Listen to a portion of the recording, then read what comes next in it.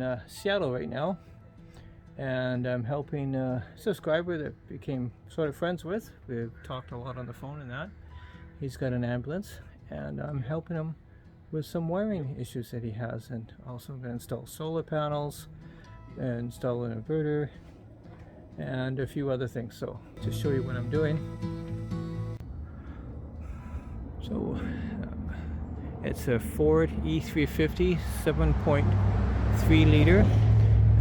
It's been painted, as you can tell. It was an extra. It's a 97, I believe, 1997. It's been doing work inside, but Joe was stuck on doing the electrical, and I said, well, I was going to be down in the area anyways, visiting my sister who moved up to Washington, and I wanted to help him. So we're doing some electrical. There were some issues already that I found. We already took off the breaker, but the breaker wasn't wired properly. We're going to take off the old inverter, move stuff. He's got some live wires already here. Even though he turns his batteries off, there's still some wires that are live, so we've got to track that down and to see, because his power is draining his batteries if he doesn't, still when he turns it off. So we're gonna check it all out. He wants to keep a lot of the switches in there, so we'll do what we can. For now, I'm only here for 2 days, so we'll get the solar on, MPPT, inverter, the batteries will all be in, so that should be pretty good. I'll give you further details and looks when we start mounting stuff. Well, the rain has stopped, and I'm working on Joe's ambulance again, and I'll show you what we found so far. One of Joe's main concern is he had a short somewhere, or he thought he had a short in his system. He did get a little electrical shock when he was working on the right hand side lights. He also had a problem where it was drawing almost 3 amps all the time, even with the battery switch disconnected. Somebody had tied in to the battery itself. They rewired some of the circuitry. They had a ground wire that was improperly connected. They had a positive wire that was improperly connected. So somebody was working on this system before. They also had one of the controls to the bus for all the fuse relays was a black wire tied to the positive input, so kind of misleading for people. So I fixed all that up and got rid of his short, and everything is running great. Hello there. So Joe opened the panel there, well, and it's behind there, Joe. What? Yeah, it's that panel there. Yeah. Yeah. So I didn't know this was a pass through to here. I took this off a long time ago, but I forgot what that was going to. So we're trying to find the pass through. This was the wire here was for the old inverter. It seems to come to here, but I think it just wraps around. So if we can isolate and remove that, it's always nice to remove as much wire as you can.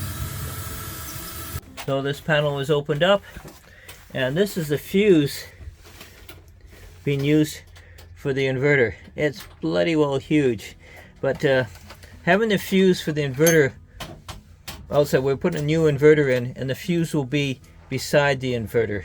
It makes much more sense. If something goes wrong, you can see you don't have to take the panels apart. So I'm surprised it did this way, because the inverter was inside the electrical cabinet. The fuse should have been there too.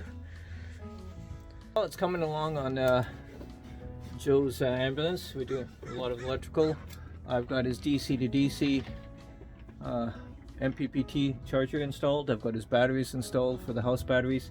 I've rewired the back of his house batteries, and I've changed also the master switch. So now the master switch will switch on the power from the house batteries only. Before, when I even turned on his batteries, he has a kill switch. It still was drawing 3 amps and was killing his battery. So that's been all solved now, and I'll show you what I've done so far, and we'll get a bit more work done. Oh, the wires we didn't. One thing I forgot to get was the standoffs. Joe's going to order them. I'm just going to put some bolts to put the lines together, he can mount it, and mount them later, so he'll get them sometime during the week. And the batteries, I've got the 500 amp Renogy shunt installed.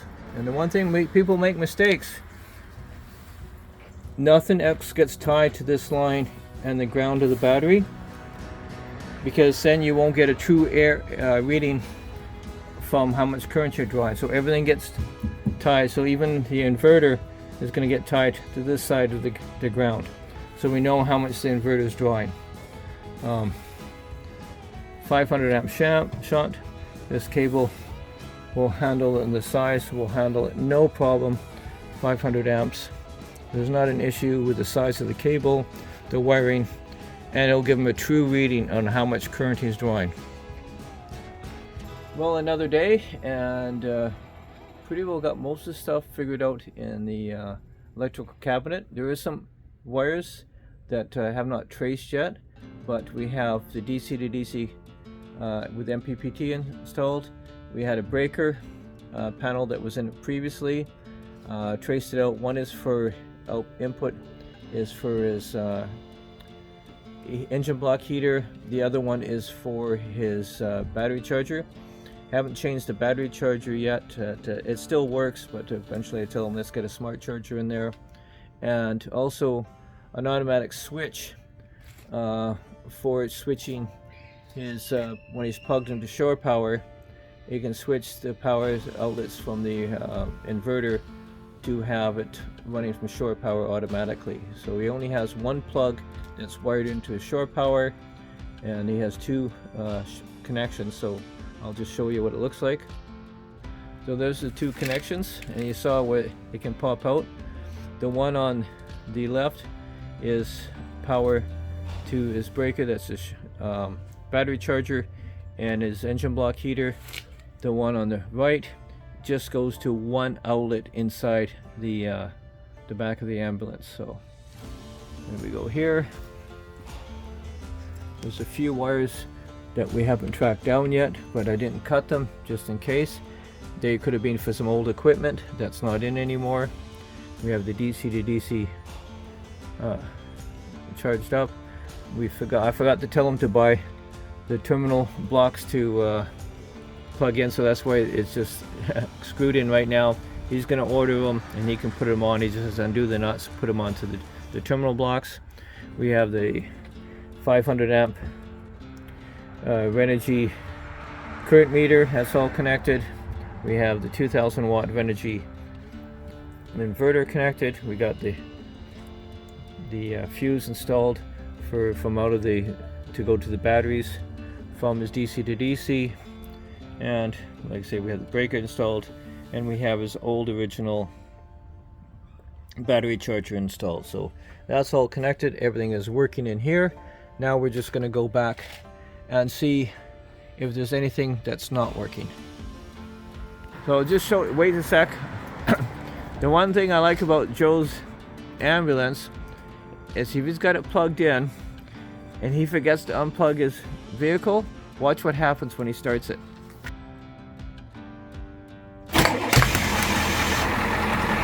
Wasn't that cool? I need to get those in mine. Okay, Joe's never used an induction hot plate before, so he got it all out. He only wanted to use electrical. He didn't want any propane in his vehicle, so we got the induction hot plate. He got the pot that goes with it, and we set it up at I think 5 and 6. Checked the current draw. It was drawing about 150 amps at first, and then it dropped down to 105, and it was starting to boil the water within 30 seconds. He has a microwave, toaster oven, coffee maker, and the bed's all covered right now, but he has a couch. You got this from Costco? Costco. It's a couch that folds down into a bed, and behind up here he has a Murphy bed that comes down, so they can actually sleep 3 people in here. So it's still working on the inside, and he's got the back side, he's got his radio and his all the control panels. It's an older vehicle, but it's everything seems to work on it. And I'll show you, we basically finished the front panel. or the electrical, there's a couple minor things we want to change, additions that we didn't know we needed. So I'll go show you that. Okay, we're finished inside here for now. There's like the standoffs I said before we have to get. And eventually he'll get a new battery charger. This charges his front house truck batteries and his house batteries. But I like to get a smart charger in there that charges both separately. On the inverter, there's only one plug inside that's on the shore power. The rest are on the inverter. I'm going to get a smart switch, and I'm going to get Joe to order it. And if he needs help to put it in, I'll come down again and give him a hand. And but everything here is done. I'm quite pleased with everything that's so far, and I think Joe's pleased. Are you happy, Joe? Very happy. Yeah. Thank you so much, Wayne. Good. You've been indispensable. It's great. Okay, I had fun doing this too, right? So it was a lot of fun working on it and meeting you and your wife. So yeah, really pleased the way it turned out. Thanks for watching. If you like this video and this type of content, let me know. And if you have any questions about your electrical, just give me a shout.